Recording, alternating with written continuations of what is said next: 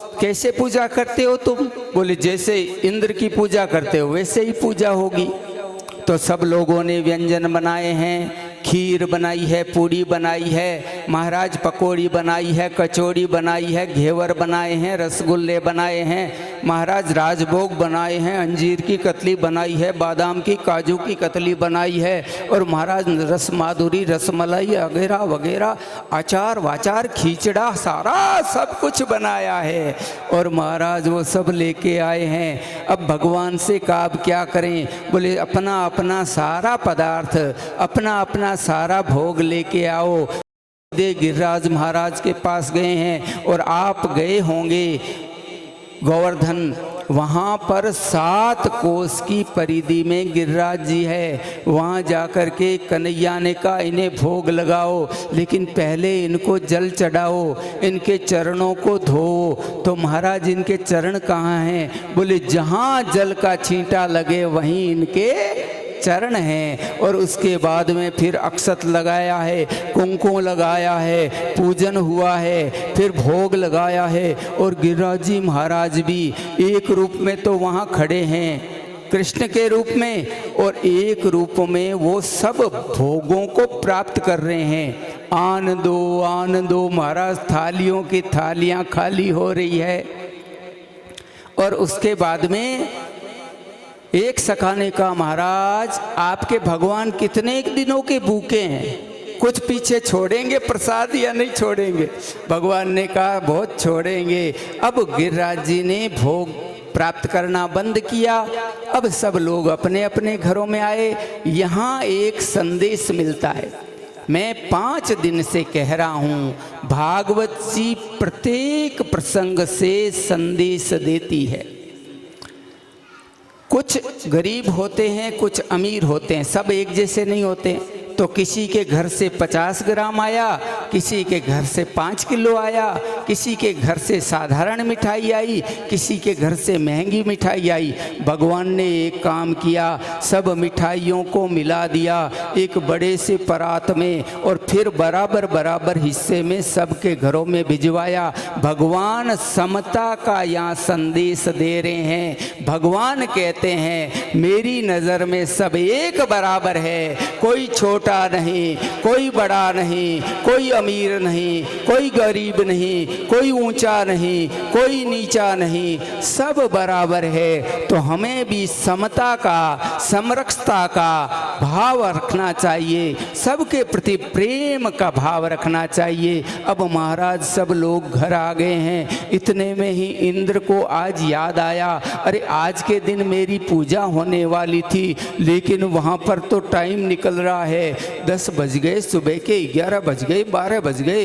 इंद्र ने घड़ी देख करके कहा एक देवता से, अरे भैया ब्रिज से नोता नहीं आया क्या? आज निमंत्रण नहीं आया, इनविटेशन कार्ड नहीं आया, कोई कॉल कोई वो महाराज SMS? बोले कुछ नहीं आया। तो जाके पता करो ना, इतनी देरी क्यों हो रही है? तो एक देवता आए हैं और आकर के पता लगा के गए हैं और जाके कहा महाराज इंतजार की घड़ियां समाप्त। इंद्र बोला अच्छा अच्छा अब जल्दी ही भोजन प्रसादी मिलने वाली है। बोले नहीं महाराज इंतजार समाप्त कर दो, क्योंकि वहाँ पूजा हो भी गई, सबने भोग लगा भी लिया। गिरिराज महाराज की पूजा अरे किसने कराई? एक कृष्ण नाम के बालक ने, 7 वर्ष के बालक ने। और इंद्र को बड़ा घमंड है, बड़ा गर्व है, मैं ही त्रिलोकी का नाथ हूँ, ऐसा सोच करके उसने क्रुद्ध होकर के सांवर्तक मेघों को आज्ञा दी। ये सांवर्तक मेघ होते हैं ना, ये जब बरसात करते हैं तो प्रलय आ जाती है। ध्यान से सुनना, सांवर्तक मेघ प्रलय ला देते हैं। हाथी की सूंड से जो बौछारें निकलती है, इतनी बड़ी बड़ी बूंदें निकलती है। तो वहाँ पर इंद्र ने आज्ञा दी कि गणम सांवर्तकम नाम मेघानाम चांतकारिणाम इंद्र प्रचोदयत क्रुद्धो वाक्यम चाहे समान्यतः। इंद्र ने उन सांवर्तक नामक प्रलयकालीन मेघों से कहा इतना बरसो ब्रज पर कि कोई बच न पाए। इधर महाराज बड़े बड़ी बूंदों की बरसात होने लगी। ठंडी हवाएं लगने लगी, महाराज गायें कांपने लगी, छोटे छोटे ग्वाल बाल कांपने लगे। सब दौड़ करके इंद्र के पास आए। हे महाराज, लगता है इंद्र ने कोप कर दिया है। भगवान ने कहा डरो नहीं, कोई बात नहीं। अगर इंद्र ने कोप कर भी दिया तो हमारी रक्षा वो करेंगे जिनकी हमने पूजा की है। किसकी पूजा की है? गिरिराज महाराज की, गोवर्धन महाराज की। तो कहा सब आ जाओ, अपनी छकड़ियाँ ले आओ, अपना परिकर ले आओ, अपने पदार्थ ले आओ। सबको भगवान गोवर्धन जी के पास लाए हैं, गिरिराज पर्वत के पास लाए हैं। और अब भगवान ने कहा सब थोड़ा थोड़ा हाथ लगाओ। क्या मतलब भगवान? बोले इस पहाड़ को उठाएंगे और इसके नीचे हम खड़े होंगे। सब ने कहा महाराज ये तो संभव नहीं। भगवान यहाँ एक संदेश देना चाहते हैं कि समस्या चाहे कितनी भी बड़ी क्यों न हो, यदि मिल करके प्रयास किया जाए, संगठित प्रयास किया जाए तो विजय श्री अवश्य मिलती है। इसलिए अगर कोई बड़ी समस्या जीवन में आ जाए, जीवन में समस्या ने घेर लिया हो, हिम्मत मत हारना, अपने आप को निराश मत पाना, हिम्मत करके संगठित होकर के कार्य करना, सफलता मिलेगी। भगवान ने कहा मैं तो यूं ही कह रहा था। इधर देखते ही देखते भगवान ने एक लीला की है और भगवान ने लीला करते हुए ऐसा कार्य किया है कि उस 7 कोष की परिधि के गिरिराज को उठा लिया अपने हाथ से, अपने हाथ से नहीं बाएं हाथ से, बाएं हाथ से नहीं बाएं हाथ की छोटी अंगुली से, छोटी अंगुली से नहीं छोटी अंगुली के नाखून से, नाखून से नहीं बाएं हाथ की सबसे छोटी अंगुली के नाखून के अग्रभाग से उठा लिया। जैसे एक छोटा बच्चा छाता उठाता है। इत्युक्तेव केन हस्तेन कृत्वा गोवर्धनम चलम दधार लीलाया कृष्ण छत्राकमिव बालके। जैसे एक बालक छत्ता उठा लेता है, एक हल्का सा छतरी उठा लेता है, वैसे ही भगवान ने 7 कोष की परिधि के उस गोवर्धन महाराज को 7 वर्ष की अवस्था में अपनी कन्नी अंगुली पे बाएं हाथ की सबसे छोटी अंगुली के नाखून के अग्रभाग पर उठा लिया। सबने जय जयकार की है। बोलिए गिरिराज धरण भगवान की। इस तरह से बड़ा सुंदर भगवान ने गोवर्धन धारण किया। अब महाराज 1 दिन हो गया, 2 दिन हो गया, 4 दिन हो गए, 4 दिन हुए, घनघोर बरसात हो रही है। इधर एक दिन भगवान के सखाओं ने कहा हे महाराज आप थक गए होंगे, हम भी कुछ सहारा दें। तो कहाँ दो? सखाओं ने अपनी अपनी लकड़ियाँ गोवर्धन जी के नीचे लगाई। भगवान ने कहा हाथ नीचे करूं? सखाओं ने कहा कर दो। भगवान ने हाथ थोड़ा सा नीचे किया, तड़ तड़ तड़ तड़ तड़ तड़ करके लाठियां टूटने लगी। अरे बचाओ बचाओ, भगवान ने पुनः धारण किया। अब महाराज 5 दिन बीत गए तो फिर वहाँ पर इंद्र ने एक देवता भेजा। बोले रिपोर्ट लेके आओ, कितने मरे, कितने डूबे, कितने तिर्रे हैं। देवता आया जाया, उसने बताया महाराज रिपोर्ट इज नील। वहाँ पर तो आंधियाँ उड़ रही है, कोई मरा न कोई डूबा। तो कहा और जोर लगाओ। सांवर्तक मेघों को कहा और जोर बरसो। और महाराज 7 दिन बीत गए, पानी समाप्त हो गया। स्वर्ग का पानी, सांवर्तक मेघों का पानी, स्टॉक नील, महाराज कुछ नहीं। तो उसके बाद जब 7 दिन तक कुछ भी बिगाड़ नहीं हुआ, इंद्र को होश आया। इंद्र को पता लगा ये 7 वर्ष का साधारण बालक नहीं, ये तो परमपिता परमेश्वर है, ये तो सबका रक्षक है, मुझे बनाने वाला है।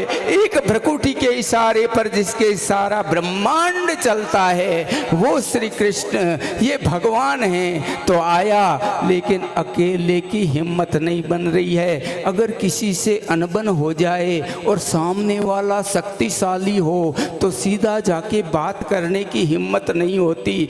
इसलिए इंद्र ने एक चतुराई की है। क्या चतुराई की है? चतुराई ये की है, वो जानता है कि भगवान को गौ माता बड़ी प्रिय है, इसलिए कामधेनु गाय को साथ लिया है। कामधेनु गाय के दूध से भगवान का अभिषेक करवाया है और यहाँ एक नाम दिया है इंद्र ने, गोविंद। आप जो गोविंद भगवान की जय बोलते हो ना, ये गोविंद नाम इंद्र का दिया हुआ है। इंद्र ने स्तुति की, परिक्रमा की, कामधेनु गाय के माध्यम से अभिषेक करवाया, क्षमा मांगी, भगवान ने कहा क्षमा कर दिया, क्योंकि अनजाने में ही सही मेरे भक्तों को, सखाओं को, मेरी गोपियों को तुमने 7 दिन तक मेरे समीप कर दिया। इस तरह से बहुत ही शानदार प्रसंग है। इस प्रसंग से सीख ये मिलती है, गोवर्धन धारण मन पर्यावरण संरक्षण। श्रीमद् भागवत कथा का गोवर्धन प्रसंग आज के इस समय में बड़ा प्रासंगिक है। हमें भी पर्यावरण का रक्षण करना चाहिए। जल, जमीन, जंगल, वृक्ष, इन सब का, जलवायु, इन सब का ध्यान रखते हुए वृक्षों को खूब लगाएं। मैं बार बार कह रहा हूँ, वृक्ष साक्षात देवता है। और हमारी जमीन, हमारे जंगलों की अंधाधुंध कटाई नहीं हो, क्योंकि उससे समस्त जीव जगत का जो चक्र है वो डिस्टर्ब होता है। इसलिए गोवर्धन धारण पर्वत के माध्यम से भगवान ने इस प्रसंग के माध्यम से पर्यावरण संरक्षण की सीख दी है। भगवान को गाय प्रिय है, भगवान को गोपी प्रिय है, भगवान को गीता प्रिय है, लेकिन आज के समय में गाय काटी जा रही है, गोपी यानी स्त्री जलाई जा रही है और गीता है उसको भुलाया जा रहा है। मैं तो कहता हूँ, भारत सरकार से मेरा निवेदन है, बहुत ही सनातन धर्मी सरकार है, 10वीं 12वीं कक्षाओं में श्रीमद् भगवत गीता का कोर्स के रूप में समावेश करना चाहिए, पाठ्यक्रम में सम्मिलित करना चाहिए। क्योंकि जब तक हमारी आने वाली पीढ़ियां, नए बालक, युवान, किशोर हमारे धर्म को नहीं समझेंगे तो धर्म का पालन नहीं कर पाएंगे। इसलिए धर्म पालन के लिए हमारे रामचरितमानस, श्रीमद् भगवत गीता, श्रीमद् भागवत, ये त्रिरत्न हैं, 3 रत्न हैं हमारे पास। इन ग्रंथों को जो कि रत्नों के रूप में हैं हमें स्वीकार करना चाहिए और प्रत्येक व्यक्ति को, सनातनी को अपने छोटे बालकों के साथ सुबह सुबह मंदिर अवश्य जाना चाहिए। आपने देखा, मैं धर्म का नाम नहीं लूँगा किसी के, जब उनका दिन विशेष आता है तो भीड़ लग जाती है, सड़कों पर भी जगह नहीं मिलती। लेकिन विडंबना है, हमारे मंदिरों में इलेक्ट्रॉनिक वाद्य यंत्रों के माध्यम से आरती करानी पड़ती है। इससे बड़ी शर्म की बात हमारे लिए और कोई हो नहीं सकती। इसलिए जो भी आपके घर के पास का मंदिर है, उस मंदिर में सुबह शाम कम से कम आरती के समय अवश्य जाना चाहिए। आज हाथ खड़े करो, कौन कौन मंदिर जाएगा, कौन कौन मंदिर जाएगा? सब लोगों को मंदिर जाना चाहिए, क्योंकि मंदिर से दिव्यता प्राप्त होती है, मंदिर से हमें आध्यात्मिक शक्ति मिलती है, मंदिर से हमें चेतना के साथ साथ में प्रतिकूल परिस्थितियों से मुकाबला करने की शक्ति मिलती है। इसलिए मंदिर हमारे लिए ऊर्जा के पुंज है, मंदिर जाएं। और अभी आपने सुंदर गिरिराज धरण प्रसंग सुना, 56 भोग लगाया गया। जब 7 दिन तक कुछ खाया नहीं ना, तो 7 दिन में भगवान 3-3 बार खाते थे, 7-7 बार खाते थे। तो कुल मिला के वो जो 56 व्यंजन होते हैं, तो 56 व्यंजन बाद में बना के दिए और वो 56 भोग की झांकी यहाँ भी तैयार है। हम छोटे छोटे टाबरिया है, हम भगवान से पुकार करें, भगवान को मनोहार करें, हे महाराज आओ आओ, जीमो जी भोग लगाओ। 56 भोग तैयार जी, और थारा टाबरिया करे है मनोहार जी। बड़े भाव के साथ आइए झांकी का दर्शन करते हुए। आवो आवो सांवरिया बेगा आवो, जीवो जी भोग लगावो, है 56 भोग तैयार जी। तारा टाबरिया करे है मनोहार जी, तारा टाबरिया करे है मनोहार जी। आवो आवो सांवरिया बेगा आवो, जीवो जी भोग लगावो, है 56 भोग तैयार जी। तारा टाबरिया करे है मनोहार जी, तारा टाबरिया करे है मनोहार जी।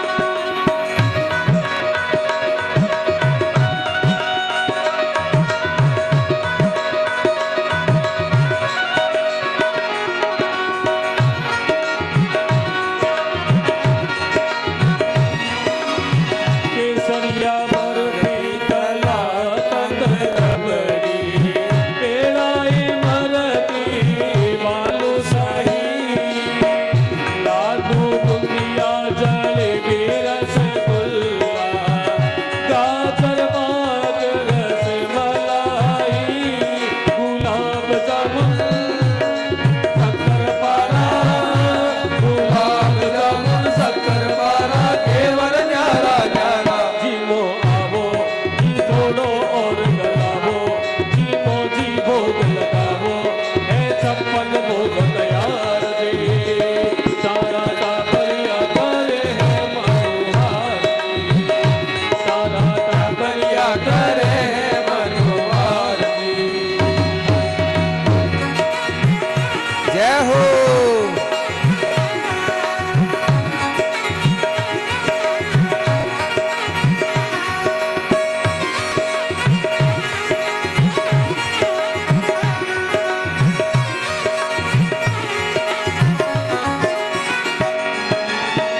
काल मोट पकोड़े कचौड़ी, भुजिया पापड़ चीरवो, कदी राबड़ी साग संगरी को, बाजरे को बाबा खींच लो, रायते में जीरा को तड़को, रायते में जीरा को तड़को, पीवो और सबड़ को सागे बाजरा की सतरी खटावो, जीना जी भोग लगावो, है 56 भोग तैयार जी। तारा टाबरिया करे है मनोहार जी, तारा टाबरिया करे है मनोहार जी।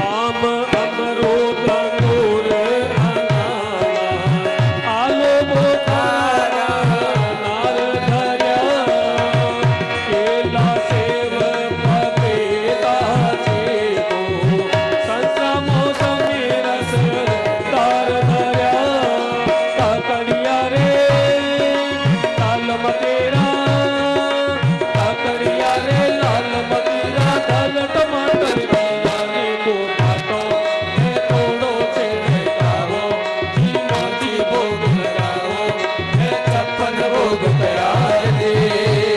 तारा टाबरिया करे है मनोहार जी, तारा टाबरिया करे है मनोहार जी।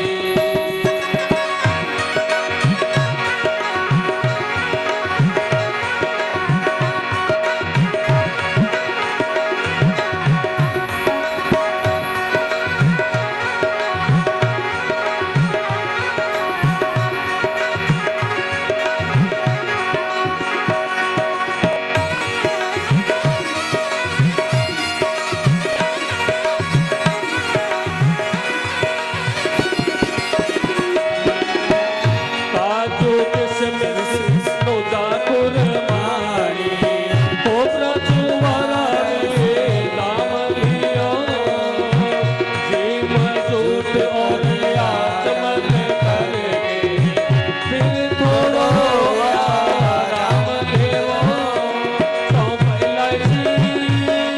हाजिर कर दी सौ हाजिर कर दी सागे मिश्री धर दी कोई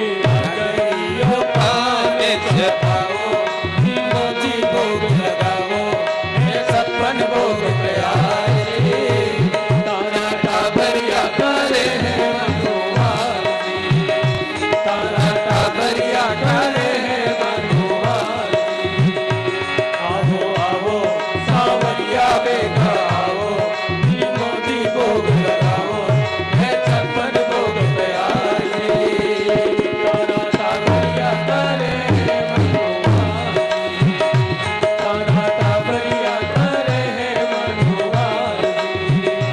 तारा टाबरिया करे बोलिए गिरिराज धरण भगवान की जय हो बोलिए 56 भोग दर्शन की जय हो अब सभी बैठ जाएं।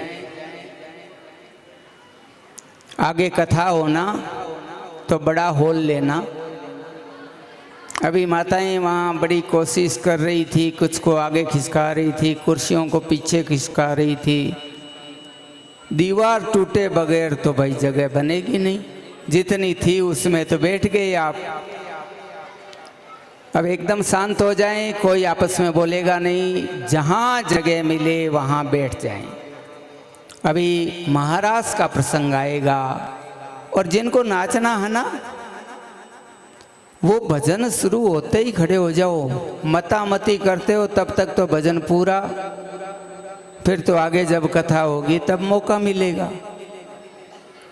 हाँ, इसलिए टाइमिंग का खेल है ये। मूड बनाएं, फिर उठें, फिर वहाँ जाएं, तब तक भजन पूरा। बहुत अच्छा आनंद नागपुर के आप समस्त बहन भाई, मातृशक्ति, हमारे सज्जन सब ले रहे हैं। आपका बहुत बहुत भगवान मंगल करे। श्री राधे श्याम जी नागपुर, जिन्होंने पाली कथा में सूत्रधार की भूमिका निभाई थी, और वही पाली कथा जिसने हिंदुस्तान के 8 राज्यों के पाली वालों के अंदर प्रेम भाव का संबंध बनाया था, वो पाली कथा जो ऐतिहासिक रही। और उस पाली कथा में सब ने उत्साह से, जिसने भी संस्कार चैनल पर सुना, हिंदुस्तान से तो आए ही विभिन्न प्रांतों से, लेकिन महाराज बालकिशन जी मेरे से मिले, बोले मैं अमेरिका से आया हूँ, आपकी कथा रात को सुनता था। मुझे पता था कि जब भारत में दिन होता है तब अमेरिका में रात्रि होती है। बोले महाराज रात रात भर बच्चे कथा देखते थे, सुनते थे, अच्छा लगता था। मैं फ्लाइट पकड़ करके 5वें दिन आपके यहाँ आया हूँ। तो उस कथा ने पालीवाल समाज के महिमा को बहुत उजागर किया। सब में प्रेम भाव हुआ, विभिन्न राज्यों का आपस में विवाह संबंध हुआ और बहुत ही अच्छा आयोजन रहा। उसमें मुख्य भूमिका हमारे नारायण जी, राधे श्याम जी, योगेश जी, डॉक्टर उमेश जी, हमारी सुधीर जी पालीवाल साहब और उनकी पूरी टीम की रही।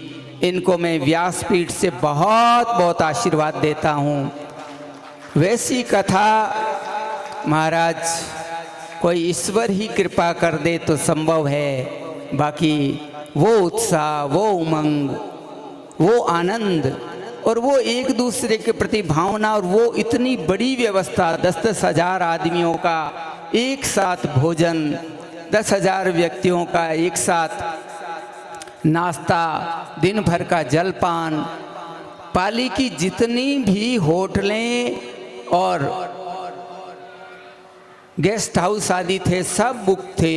और वहाँ के एसपी साहब के ये वचन थे, डॉक्टर सीता शरण जी पधारे थे, उस वक्त विधानसभा अध्यक्ष थे। एसपी साहब ने कहा, महाराज यदि किसी दूसरे समाज के 10,000 आदमी 8 दिन रहते तो कोई न कोई बखेड़ा हो जाता, लेकिन आपके पालीवाल बड़े अनुशासित है।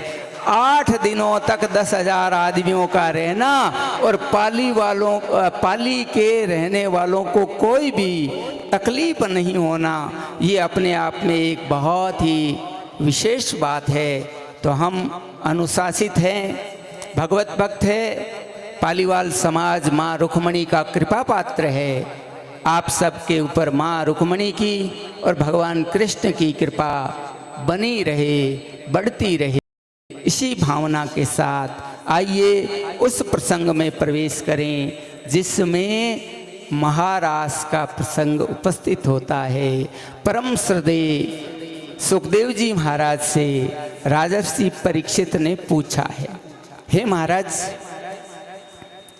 वो प्रसंग सुनाइए ना जहाँ भगवान ने गोपियों के साथ रास किया था। तो सुखदेव जी महाराज पहले आगाह करते हैं, पहले चेताते हैं, चेतावनी देते हैं कि ये कोई साधारण नाच नहीं है कि भगवान किसी स्त्रियों के गलबैयाँ डाल के नाचे हो, नाच नहीं है ये। तो क्या है? जीव का शिव से मिलन है। रास आत्मा से परमात्मा का मिलन है और ये रास जीव के प्रति भगवान की कृपा का अनुपम उदाहरण है।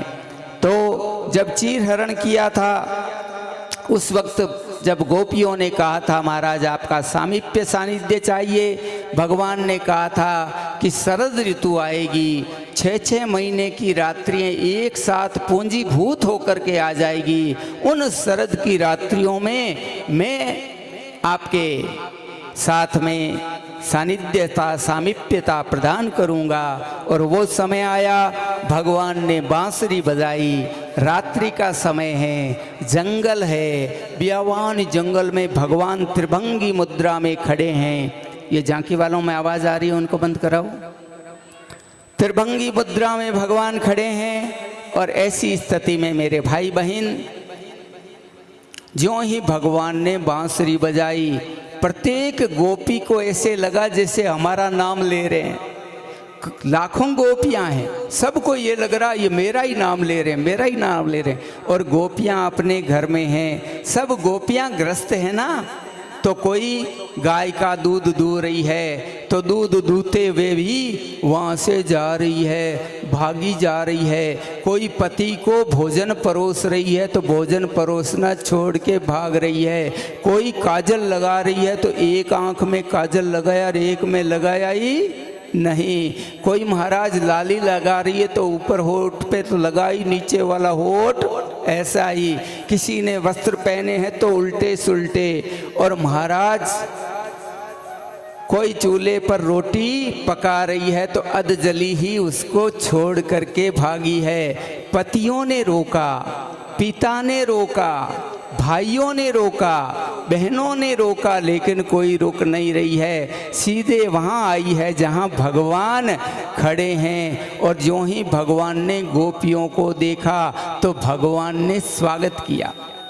देखिए ध्यान से सुनना, अगर हम मंदिर में जाते हैं ना तो आप ध्यान से देखना कि खड़ी मूर्ति ऐसा लगता है जैसे हमारी प्रतीक्षा कर रही है। भगवान भक्त की प्रतीक्षा करते हैं और स्वागत करने के लिए 24 घंटे खड़े रहते हैं। महाराज यहाँ पर भी भगवान वहाँ पे खड़े हैं, गोपियाँ आई है, लाखों की संख्या है। भगवान ने आते ही स्वागत किया और भागवतकार लिखते हैं कि स्वागतम हो महाभागा प्रियम किम करवाणि वै व्रजस्या नामयम कश्चित् व्रतागमन कारणम।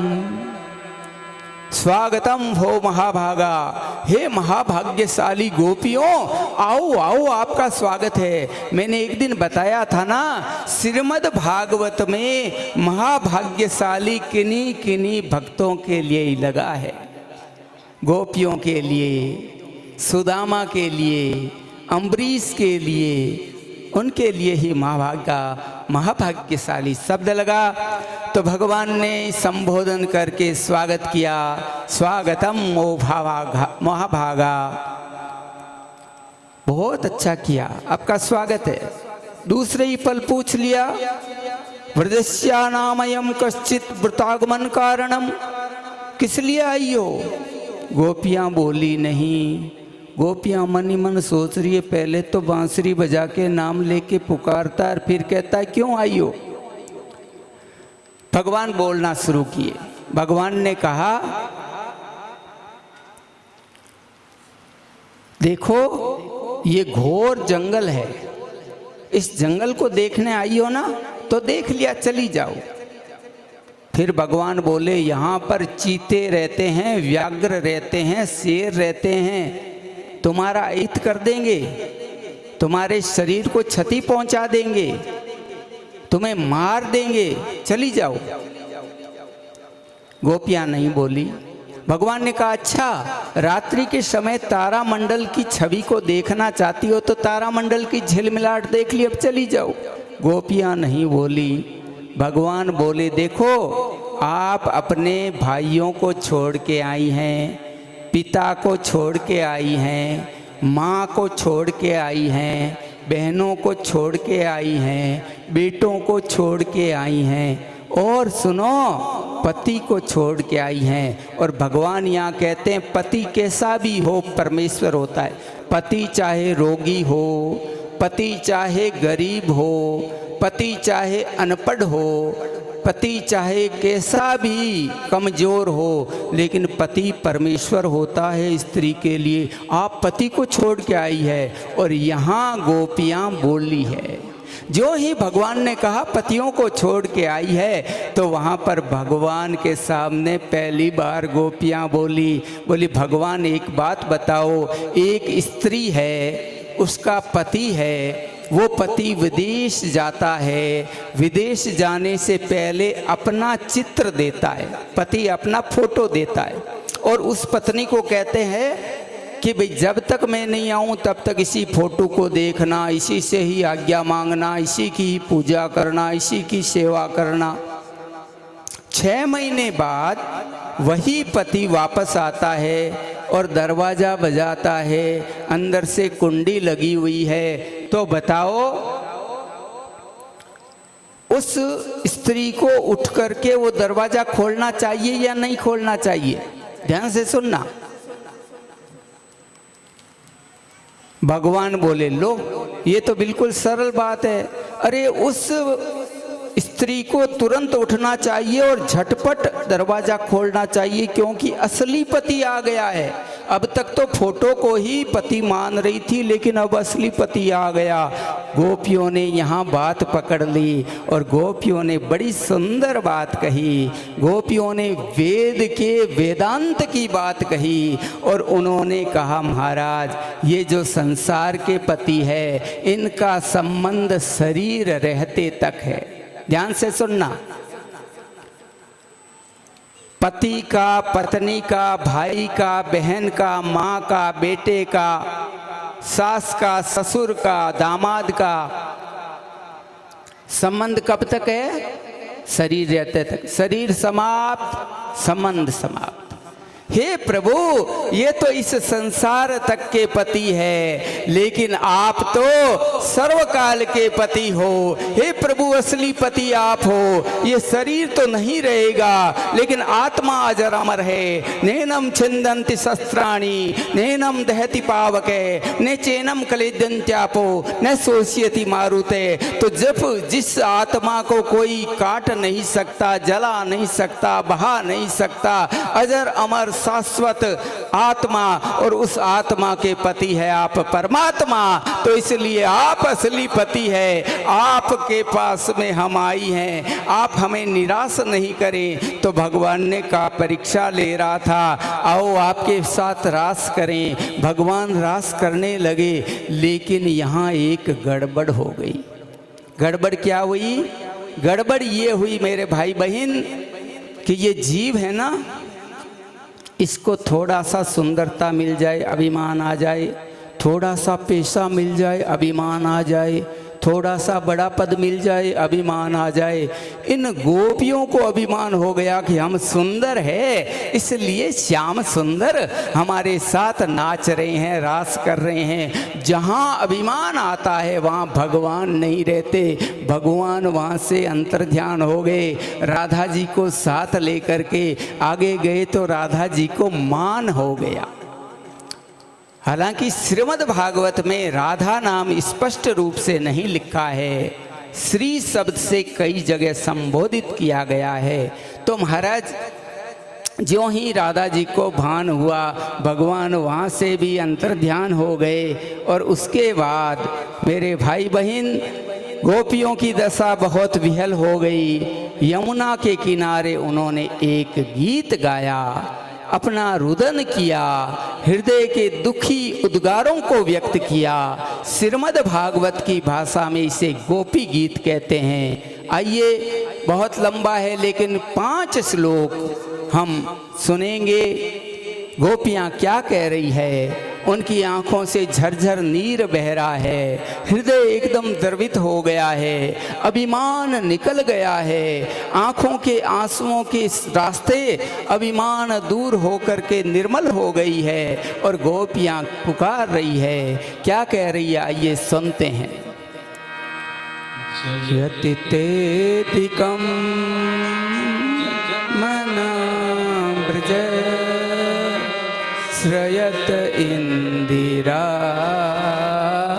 स्वतत्र ही यतु दस्यता सुतावका त्वयि ध्वरतास्त्वां ते शरददास्ये सातु जात सरसिजोदर श्रीमुसद्दिशा रतनाथ ते शुल्कदासिका वरदनये तो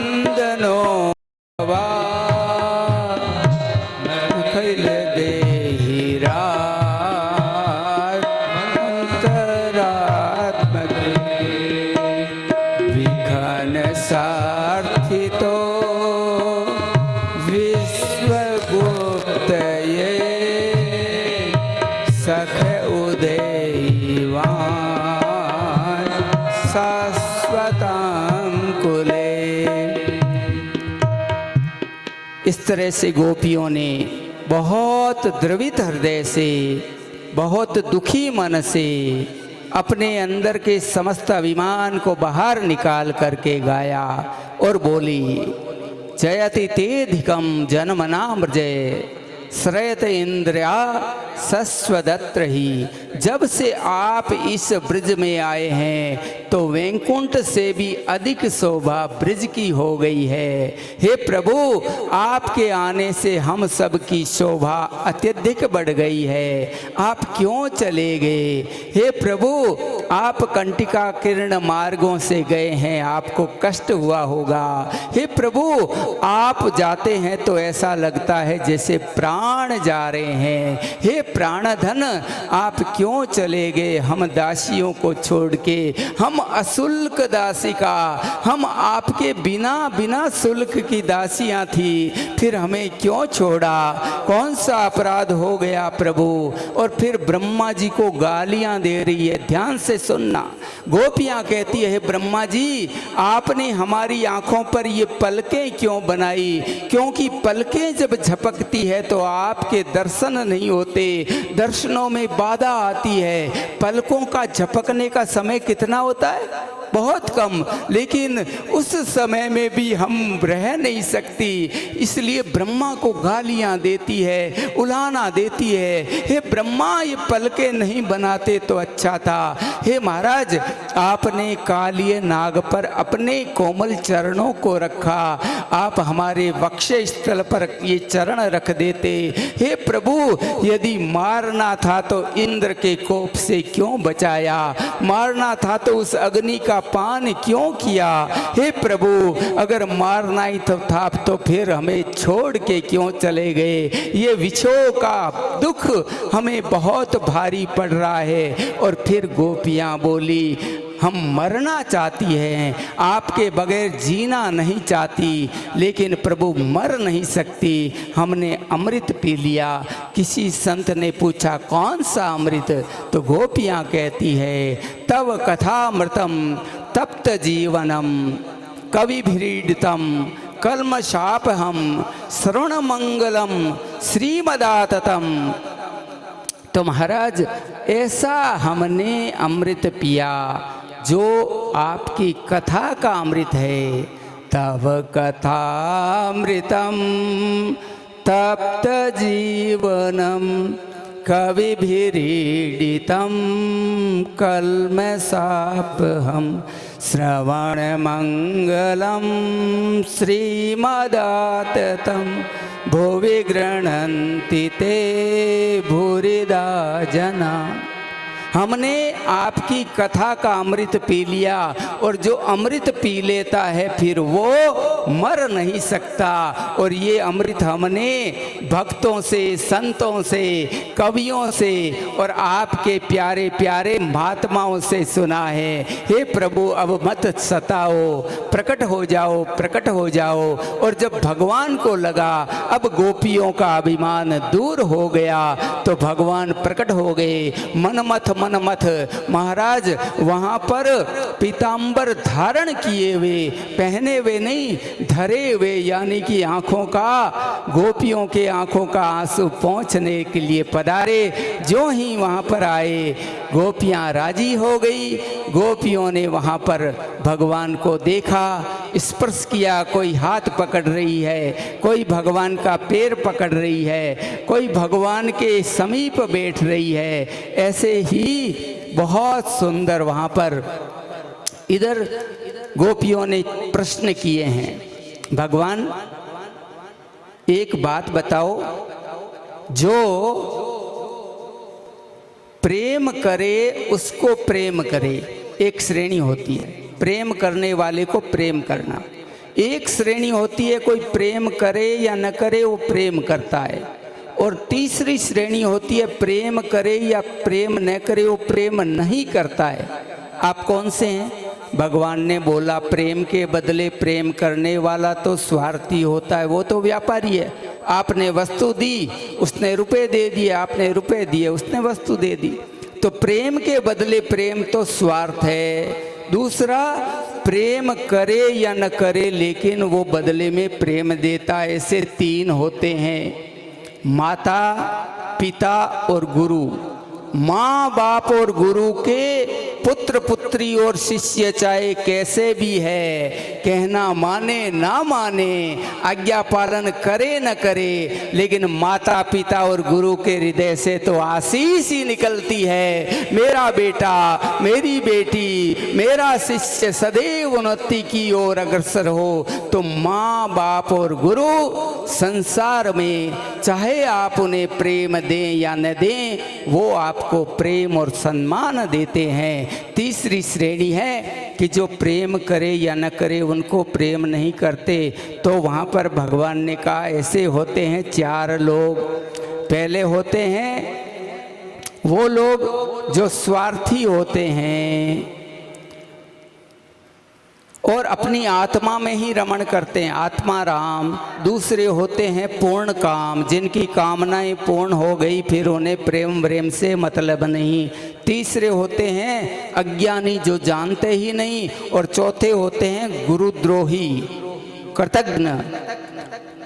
गोपियों ने कहा महाराज आप चौथे नंबर वाले लगते हैं। भगवान ने हंस के कहा मैं आपकी परीक्षा ले रहा था, आओ अब महारास करते हैं। अब तक तो था रास और अब हो रहा है महारास। सब देवी देवता भी आए हैं लेकिन वहाँ पर केवल स्त्रियों का प्रवेश है, लाखों गोपियाँ हैं, इधर भगवान भी है, अंदर महाराज की तैयारी है। इधर भोले बाबा को पता चला, ध्यान से सुनना, श्रीमद् भागवत में बाल रूप के दर्शन करने जब प्रभु आए थे, हर का हरि से मिलन हुआ था और अब ये दूसरा मिलन है। महाराज के समय शिव बाबा भी आ रहे हैं लेकिन पार्वती ने कहा हे भोलेनाथ वहाँ पर केवल स्त्रियों का प्रवेश है, पुरुष जा नहीं सकता। भोलेनाथ उदास हो गए, अरे वो है नटवर, मैं हूँ नटराज। कोई नृत्य की प्रतियोगिता हो तो नृत्य का चैंपियन बाहर रह सकता है क्या? वो कहे हम भी नाचेंगे महाराज, फर्स्ट प्राइज हम लेके आएंगे। भोलेनाथ ने कहा मुझे भी नृत्य बहुत अच्छा आता है और कन्हैया के साथ तो मैं करना ही चाहता हूँ। पार्वती ने कहा स्त्रियाँ हैं वहाँ बाहर ललिता और विशाखा पहरा दे रही, अंदर जा नहीं पाओगे। भोलेनाथ ने कहा एक आइडिया आया है, हे पार्वती कुछ वस्तुएं मुझे दे, तुम्हारी ओढ़नियाँ दे दे, तुम्हारी नथनियाँ दे दे, तुम्हारे कंगन दे दे, तुम्हारे बिछुए दे दे, तुम्हारी करधनी दे दे, तुम्हारे कुंडल दे दे, तुम्हारा ये बोरला दे दे और एक लंबा सा घूंघट निकालने के लिए ओढ़ना दे दे, एक मेरे को लहंगा दे दे, बाजने वाली पाजेब दे दे। और महाराज भोलेनाथ ने वो सामग्री ली है, सजने लगे हैं, स्त्री का रूप धारण किया है, गोपी बने हैं, अब आगे आगे जा रहे हैं महाराज भोलेनाथ, पीछे पीछे पार्वती। फिर आगे गए तो थोड़ा पार्वती आगे हो गई क्योंकि पार्वती को लगा कि इनकी पोल पट्टी खुल गई ना तो अभी मस्करी हो जाएगी। जल्दी से पार्वती जी तो आगे गई, इधर विशाखा और ललिता पहरे पे है। उसने भोलेनाथ को देखा है, उन्होंने आपस में बातें की है। और देखो ये सामने से गोपी आ रही है ना, ये लंबी भी ज़्यादा है और इसके देखो पैर देखो इतने मोटे मोटे। गोपी है या गोपा है? महाराज भोलेनाथ के तो लगाई हुई बबूत लगाते हैं ना, बबूत का ही पाउडर है भोलेनाथ के तो। महाराज मोटे मोटे पैर, इधर भोलेनाथ भी अंदर हो गए। इधर मेरे श्री कृष्ण ने जान लिया कि यहाँ पर मेरा भोला भंडारी, मेरा हर आ गया है। देखिए कृष्ण और राम में कोई अंतर नहीं, कृष्ण और शिव में कोई अंतर नहीं, शिव और राम में कोई भेद नहीं, एक ही लीला है, एक ही तत्व है। हम सब भक्तों को आनंदित करने के लिए अलग अलग लीलाएं रचते हैं। तो महाराज इधर जो ही श्री कृष्ण ने देखा तो कहा सब गोपियां पंक्ति में खड़ी हो जाओ, मैं सबका परिचय लूंगा। जिधर भोलेनाथ खड़े थे ना, भगवान ने उधर ही इशारा किया, इधर से शुरू करेंगे। पार्वती जी ने देखा बौनी बट्टोई बिगड़ जाए, बिड़ता पोती श्री गणेश में ही अभी पोल पट्टी खुल जाएगी। भोलेनाथ भी धीरे धीरे खिसकते खिसकते खिसकते इस किनारे से उस किनारे आ गए। श्री कृष्ण ने देख लिया और भगवान ने कहा चेंज माय आइडिया, अब इधर से नहीं, परिचय इधर से करूँगा। भोलेनाथ ने देखा ये तो पीछा छोड़ता ही नहीं।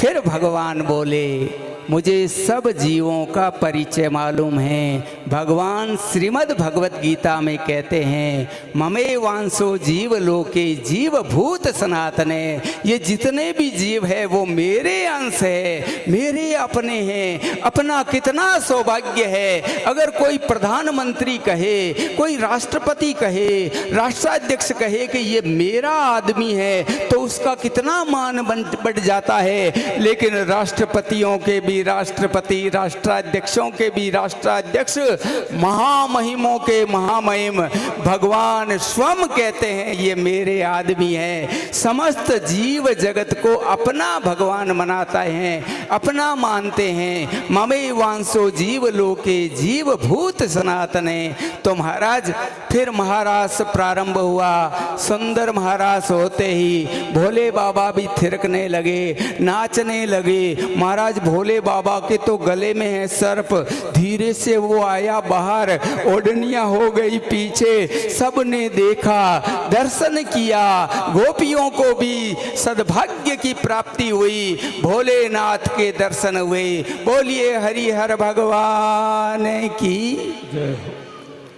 सुंदर महारास हुआ। ये महारास जीव से शिव के मिलन की कथा है, आत्मा से परमात्मा के मिलन की कथा है। ये कोई नाच नहीं, ये कोई साधारण लौकिक लीला नहीं, ये भगवान की दिव्याति दिव्य लीला है। आप भी कभी जाओ वृंदावन तो गोपेश्वर महादेव का मंदिर है। विशेष दिन वहाँ पर मांग भरी जाती है भोलेनाथ के गोपी रूप में। गोपेश्वर महादेव वहाँ पर जब तक आप दर्शन नहीं करें तो बांके बिहारी के दर्शनों का पूर्ण लाभ आपको नहीं मिलता। तो जब भी आपको वृंदावन जाना हो, बांके बिहारी के दर्शन के साथ साथ गोपेश्वर महादेव के भी दर्शन अवश्य करना। तत्पश्चात आगे के प्रसंग में अरिष्टासुर के उद्धार का प्रसंग है और फिर प्रसंग आता है कंस के वध का। उसके बाद गोपी उद्धव संवाद का और फिर आज के सत्र का अंतिम प्रसंग हम लेंगे जिसमें रुक्मणी जी के साथ विवाह होगा। आइए शीघ्रता से कंस का गोविंदाय नमो नमः कर दें। तुरंत दान और महाकल्याण। भगवान 11 वर्ष 56 दिन के हो गए हैं। एक दिन भगवान ने नारद के मन में संकल्प जगाया कि इस कंस का घड़ा भर गया है, अब उसे जाकर के बताओ कि तुम्हारा काल कौन है। देखो मैंने एक दिन बताया था ना कि संसार में 2 व्यक्ति हुए हैं जिन्होंने मृत्यु की प्रतीक्षा की है, जिन्हें मृत्यु का पूर्व में पता चल गया है। एक परीक्षित 7 दिन का ही समय मिला था लेकिन जीवन धन्य कर दिया, मोक्ष प्राप्त कर दिया। और एक कंस जिसको 11 साल मिले थे लेकिन मृत्यु को जीतने के चक्कर में जीवन बर्बाद कर दिया। 11 वर्ष 56 दिन हो गए हैं। मेरा काल कौन है, मेरा काल कौन है, यही खोजता रहा। एक दिन नारद जी महाराज आए और उन्होंने कहा, हे महाराज आपको पता है आपके देवकी का 8वां गर्भ कौन है? कंस ने कहा नहीं मुझे मालूम नहीं।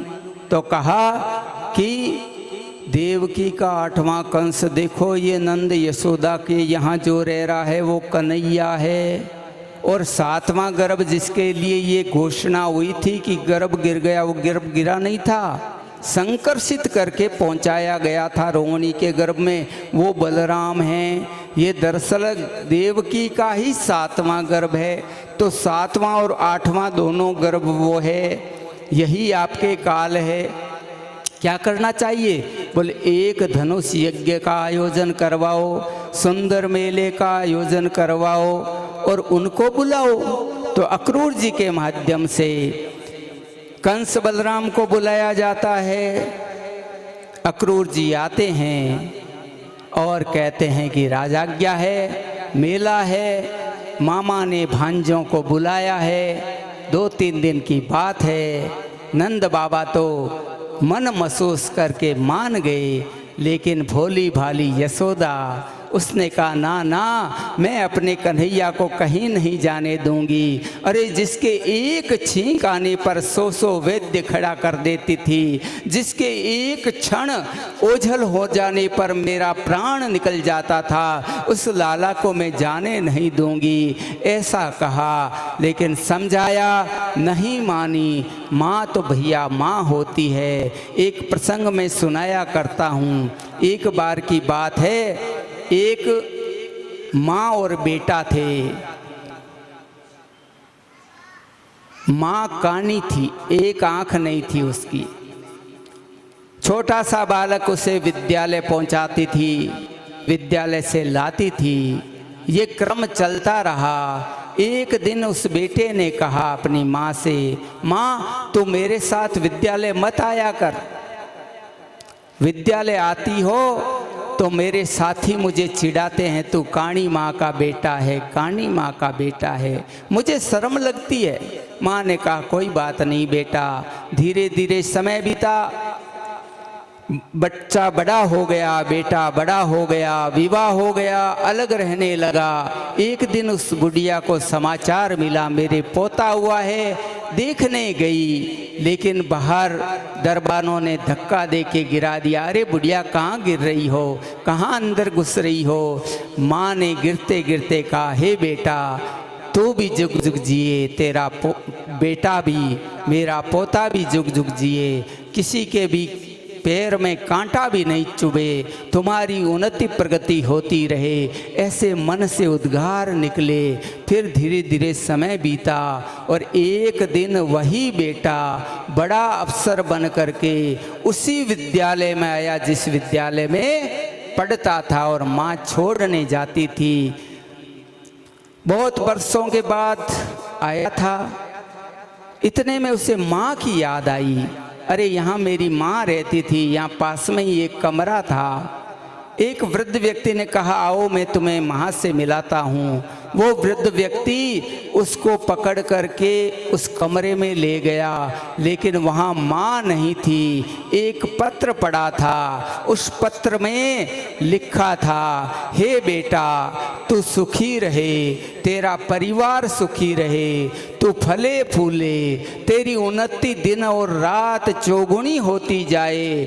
लेकिन एक राज की बात तुम्हें बताती हूँ, अब तक जो नहीं बताई थी वो बताती हूँ। हे बेटा जब तू जन्मा था तब तुम्हारी एक आँख नहीं थी। उस वक्त डॉक्टरों ने कहा था कोई यदि एक आँख दे दे तो इसके दोनों आँखें हो जाए। उस वक्त मैंने अपनी एक आँख तुझे दे दी थी, इसलिए बेटा काणी मैं नहीं थी, काना तू जन्मा था। लेकिन मेरी ममता ने तुम्हें एक आँख देने के लिए विवश कर दिया। माँ वो होती है जो समस्त दुखों को उठा करके भी संतान का भला चाहती है, खुद गीले में सोती है और अपने बेटे बेटियों को सूखे में सुलाती है, खुद भूखी रहती है लेकिन अपने मुंह का निवाला बेटे बेटियों के मुख में देती है। आज वही यशोदा माँ वो कह रही है नहीं नहीं मैं अपने बेटे को, अपने लाला को जाने नहीं दूंगी।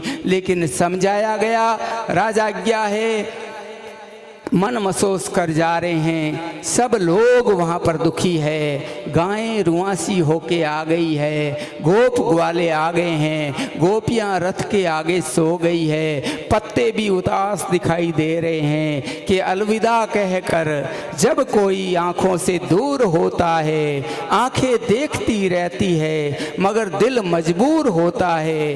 कोई कहे या न कहे पर दिल में दर्द जरूर होता है। सब दुखी है लेकिन कोई कुछ कर नहीं पा रहा है। देखने लगे हैं रथ जा रहा है, कृष्ण बलराम रथ में बैठे हैं, अक्रूर जी सारथी के रूप में हैं। रथ को देखा, रथ दिखना बंद हो गया। धीरे धीरे रथ की ध्वजा दिखाई दे रही है, ध्वजा दिखाई देनी बंद हो गई। फिर उस रथ के पहियों से उड़ती हुई धूल दिखाई दे रही है, वो धूल भी दिखाई देनी बंद हो गई। सब मन महसूस के आ गए हैं। इधर कन्हैया अपने मामा कंस के यहाँ मथुरा में आए हैं। पीछे से नंद बाबा ग्वाल बालों को लेकर के पीछे पीछे आ गए। इधर उन ग्वाल बालों ने, जिनको अभी नंद बाबा लाए थे ना पीछे वाले रथ में, उन्होंने कहा कन्हैया ये तुम्हारा ननियाल है, हम भी ननियाल घूमना चाहते हैं, लेकिन जल्दी जल्दी में हम नए कपड़े लाना भूल गए। कन्हैया तेरी हेटी हो जाएगी अगर हम पुराने कपड़ों में, फटे कपड़ों में फिरेंगे। भगवान ने कहा थोड़ा धीरज रखो, कोई उपाय करते हैं। सामने से एक वस्त्र वाला आया, धोबी। धोबी को कहा मेरे सखाओं को वस्त्र दे दो। धोबी बड़ा दुष्ट था, उसने कहा ये मूंग और ये मसूर की दाल, अरे ये तो महाराजा धीराज कंस के कपड़े हैं। भगवान ने कहा कि दुष्ट लोग बातों से नहीं लातों से मानते हैं। भगवान ने एक मुष्टिक प्रहार किया, उसका गोविंदाय नमो नमः हो गया। भगवान ने पोटली खोली और भगवान ने धोबी से कहा ये रामावतार नहीं, ये कृष्णावतार है, यहाँ तुरंत दान महाकल्याण होता है। भगवान ने पोटली खोल करके सब वस्त्र अपने सखाओं में दे दिए। सखा वस्त्र पहन के जाने लगे, लेकिन वस्त्र तो है लंबे, सखा है छोटे। तो वहाँ सफाई होने लगी। नागपुर महानगर पालिका को काम करना ही नहीं पड़ा, सड़कों की सफाई वो सखाई कर रहे हैं और धीरे धीरे आगे बढ़े। सखाओं ने कहा महाराज कपड़ों की फिटिंग हो जाए तो आनंद आ जाए। तो सामने एक दर्जी था, भगवान का भक्त था। भगवान ने कहा हे दर्जी महाराज कपड़ों को काट छांट के अच्छा कर दो। उसने अच्छा कर दिया। अब बड़ी ठसकाई से सखा चल रहे हैं। अगले ही पल सखा बोले महाराज अगर माला आ जाए गले में तो आनंद आ जाए। कपड़े नए हो गए, चमकदार हो गए, रेशमी हो गए, फिटो फिट हो गए। आगे एक सुमाली नाम का माली आ रहा था। भगवान ने निवेदन किया, उसने सबको मालाएं पहनाई दी। थोड़ी देर आगे गए तो वहाँ पर सखाओं ने फिर कहा हे कन्हैया। भगवान ने कहा अब क्या है भैया? बोले महाराज अब यदि चंदन केसर का उबटन लग जाए तो आनंद आ जाए। भगवान ने कहा थोड़ी देर ठहरो, उसका भी उपाय होगा। सामने से आ रही है एक कुब्जा, एक त्रिविक्रा, 3 जगह से टेढ़ी, काली कुरूप। उसके हाथ में है एक पात्र जिसमें से आ रही है सुगंध, और उसके अंदर क्या है? केसर चंदन का उबटन। कंस के लिए स्पेशल वो बनाती है, उससे सुंदर उबटन वहाँ कोई बनाता नहीं। नज़दीक आई, भगवान ने कहा हे त्रिविक्रा आप मेरे सखाओं के चंदन लगा दोगी क्या?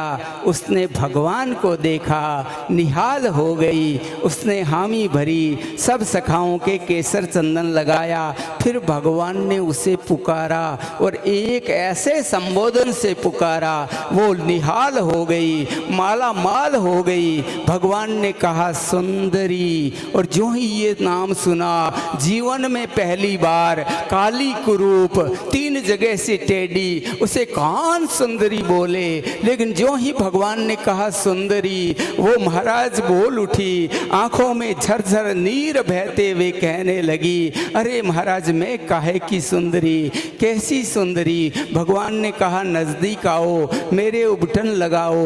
उबटन लगाया, भगवान ने उसके पैर पे अपना पैर रखा, ठुड्डी पर